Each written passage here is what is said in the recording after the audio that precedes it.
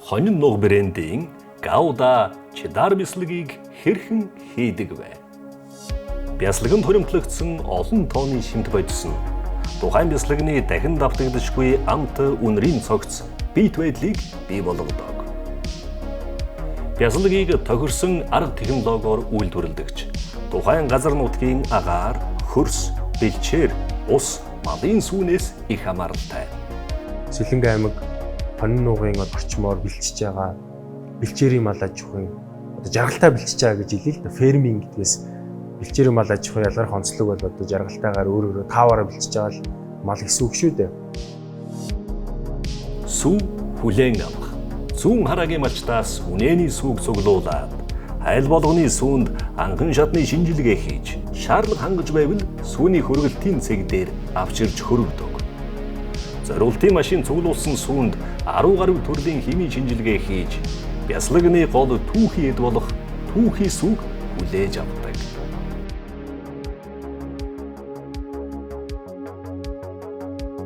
Сип буюу цэвэрлэгээ ариутгал. Түүхий сүг хүлээж авахаас өмнө тоног төхөөрөмжийн угаалга ариутгалыг өндөр түвшинд хийн. Хонин нуг брендийн бясалгаг үйлдвэрлэх явц дууссаны дараа тоног төхөөрөмжийг дахин угааж ариутгана. За манай үйлдвэрт сүүний машин орж ирэх үед одоо миний ажил эхлэх байгаа. Би бол хэмжээдэг. Одоо аливаа нэгэн шинжилгээний сүрэг гарах юм бол мэдээж тэр сүгээ бид нар авдаггүй байгаа. Тэгээ тэнцэн химийн шинжилгээгээр тэнцэн сүгээ манайх үйлдвэртээ авч цэцлэгээ яадаг байгаамаа. Сүүний ариутгал. Үйлдвэр дээр сүү хүлээн авах явцад сүг хэмжих, шүүх, бактофуг танкнд оруулж хөргөх, хадгалах зэрэг ажил буруудыг гүйцэтгэнэ.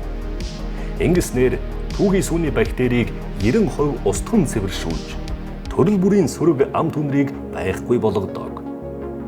Бясалганы сүг ариутгаад бясалгаг эдэх температурт хүргээд бясалганы тогоо руу шилжүүлдэг. Сүгээ хүлээж аваад боловсруулалтанд оруулаад ирэхээрээ бас мэдээж өндөр шаардлагуудыг тавьдаг тийм мэдээж дээд зэргийн сүүн, нэгдүгээр зэргийн сүүнд бид нэр тосыг, хуурай бэцийг голчилж авч үзэж бясалгаа цааш нь ямар бясалгаг болох уу, энэ одоо тухайн сүүн ямар онцлогтой бясалгад төрөх үү гэдгийг технологийн дагуу шийддэг байгаа юм. Ээдүүлэлт. Температур эсэглэнгээ хянаад ээдүүлэлт эхэлнэ.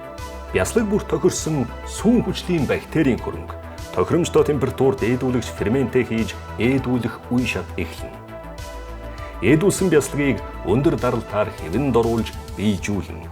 Эхний шатны шар сүүнээс салгах үйл явц гэж ойлгож болох юм. Ээдэм тосгочонд хэвэнд орсон бясалгыг зориултын ариутгсан зүсгчээр зүсэж дараагийн шатны боловсруулалтанд бэлтгэдэг. Ээдмээс дээж авч дараагийн чанарын хяналтыг хийнэ. Сүг боловсруулагдаж гарч ирээд эдэн боловсруулалтын явцад эрүүл ахуй талаас нь хяналтыг тавьдаг. Энэ маань бол гол үзүүлэлт байгаа. Цаашлаад бясалгаг бойжилтын хугацаанд мөн мэдрэхүүн талаас нь хяналтыг тавина. Лабораторийн шинжилгээ, хим микробиологийн шинжилгээнд хамруулж өдөр тутам хяналтыг тавьдаг байгаа. Шахалт. Технологийн дагуу ээдүүлсэн бясалгыг зүсэж хэвэнд оруулна. Зориултын хүнсний үйлдвэрлэлд ашигладаг хэвэнд хийж хэвшүүлнэ. Үүний дараа өрчилсөн шахалтуудыг хийнэ. Үндсэн шахалтыг зохих төхөөрөмжийн тусламжтайгаар өндөр даралтаар шахаж шар сүг ялгаруулна. Шахах ажилбар бясалганы Гауда чедар төрлөөсөө хамаарч 3-5 цаг үргэлжилдэг. Бөөрөнхий хэлбэрт оруулсан бясалгийг үйлдвэрлэлийн дараагийн давслах дамжлага тийш шилжүүлнэ. Давслах. Хэвэнд оруулсан бясалгийг Увс аймгийн Шүдэн уулын давсаар давсалдаг. Бясалгийг 12-оос 24 цаг давсны уусмалд давсалхаас гадна хуурай эдмийн үрлээр мөн давсалдаг. Давсны тусламжтайгаар эсэлтийн процессыг удирдахаас гадна шар сүг бүрэн ялгаруулдаг. Хэвэнд орсон бясалганы чигийг үлдээж таагүй бичил биетийн өсөлтийг давслах үйл явцаар хязгаарладаг. Мөн бясалганы үндсэн амтыг үүсгэхээс гадна хэлбэрийн хувьд хатуу, нэгт гадаргуутай болгож хөгц мөгөнцөөс бясалгийг хамгаалдаг. хатаах болон вакуумжуулах. Давсалсан бясалгыг хатаах өрөөнд бүтээгдэхүүний онцлог хэлбэр хэмжээнээс хамаарч 6-аас 12 цаг байлгадаг. Тохирсон хэмд бясалгаа хатаасны дараа дахин сорьц авч чанарын хяналтыг харах болон үнэрлэх мэдрэх үегээр дахин хийдэг байх нь. Технологийн зөв гормын дагуу бэлэн болсон бясалгыг гялгар уутаар вакуумжуулж өндөр хэмтэй халуун усанд дүрж агааргүй болгодог. Гялгар уутыг нь халуун усанд хийж агшаасны дараа үйлдвэрийн дараагийн дамжилгад шилжүүлнэ.